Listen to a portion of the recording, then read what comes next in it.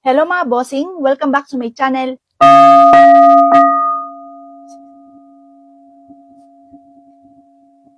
Ako po mga bossing kayo may ituturo sa inyo.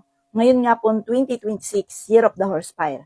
Mainam na magawa niyo po ito para bawat pupuntahan po ninyo, bawat transaksyon, o saan man po kayo tutungo mamamasyal, lagi kayong safe.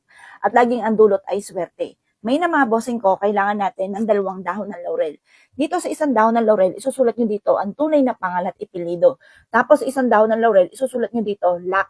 At pagkatapos po niyan, bubudbudan nyo po ito ng cinnamon. Or kung halimbawa, 1 buong cinnamon mga bossing ko, ang inyo pong gagamitin, ay ilalagay nyo to sa bag. Pero kapag sa sapatos nyo siya ilalagay, syempre, hindi pwede ito kasi malaki po siya. Powder po ang ibubudbud ninyo. Pagkatapos, tatalian nyo po ito ng kulay pula, mga bossing. Pulang panali. Pagkatapos, ilalagay nyo po ito sa sapatos po ninyo. Ngayon pa mga bossing, pero pwede nyo rin gawin etong buong cinnamon kung sa bag nyo siya ilalagay. Pero kung halimbawa sa ilalim ng inyo po sapatos nyo siya ilalagay, powder po na cinnamon. Pagkatapos talian ito ng kulay pula. At i-wish po dito, ngayong taon na ito, lahat ng inyong mga pinapangarap ay inyong makakamtan. Ito po mga bossing ko, isa sa mga napaka-epektibo, lalo na sa pamamagitan ng dahon ng laurel. Kasi ang dahon ng laurel, nagtataboy po ng malas at generous po siya na magbigay ng blessing. O paano mga bossing? Good luck po sa inyo po lahat.